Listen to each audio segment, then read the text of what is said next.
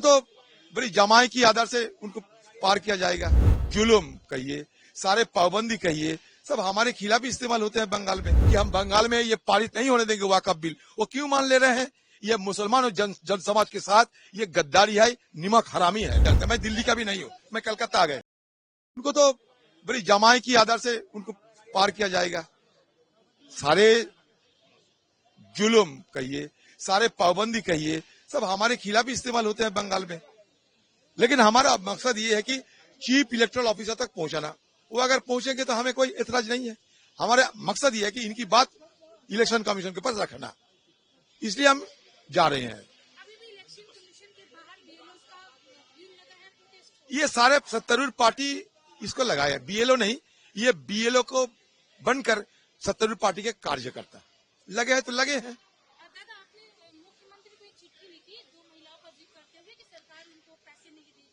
सिर्फ पैसे नहीं, ये दोनों महिला के खिलाफ ये पॉक्सो केस भी लगाए गए और उनकी शिकायत उनकी अपराध कहिए ये यही थी कि पिछले 2024 की चुनाव में हमारे कांग्रेस पार्टी की बूथ में वो कांग्रेस पार्टी के लिए वोट किए थे।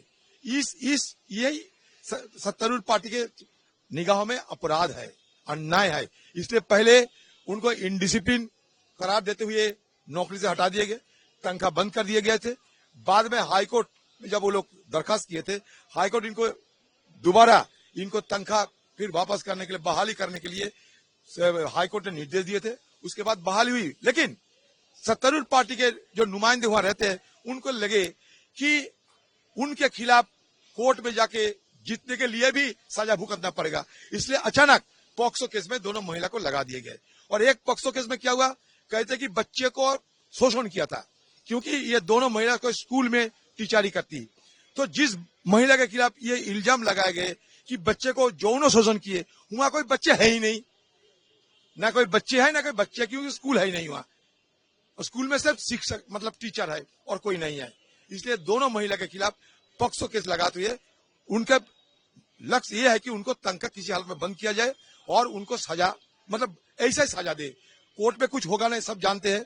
और उन लोग जो कहने गए वहां के नुमाइंदे को कि भाई ये क्यों जुल्म हो रहा है, तो कहते कि हमारा कुछ शर्त आपको मानना पड़ेगा, ये शर्त अगर मानोगे तो सब कुछ ठीक हो जाएगा। महिला है, सब शर्त मानने के लिए बिल्कुल तैयार नहीं थे, इसलिए आज ये हालत हुई। राज्य सरकार इसलिए मान गई है, राज्य सरकार चाहते हैं मोदी जी के खिलाफ, बीजेपी के खिलाफ ज्यादा कुछ ना कहे तो बेहतर है। ये सरकार यहाँ ऐसे चलता है, मोदी जी की दया में दीदी चलते हैं। अगले साल चुनाव आने वाला है, दीदी और मोदी बंगाल को बंटवारा करने के लिए आपस में ये सारे साजिश हो रहे हैं। नहीं तो जो ममता बनर्जी बड़े दिलचस्पी के साथ, बड़े शोर शराबे के साथ रुख अपनाते हुए कहती थी कि हम बंगाल में ये पारित नहीं होने देंगे वाकफ बिल, वो क्यों मान ले रहे हैं? ये मुसलमान और जन समाज के साथ ये गद्दारी है, निमक हरामी है। इंडिया अलायंस बंगाल में कैसे होगा पता नहीं, दिल्ली जानता। मैं दिल्ली का भी नहीं हूँ, मैं कलकत्ता आ गए।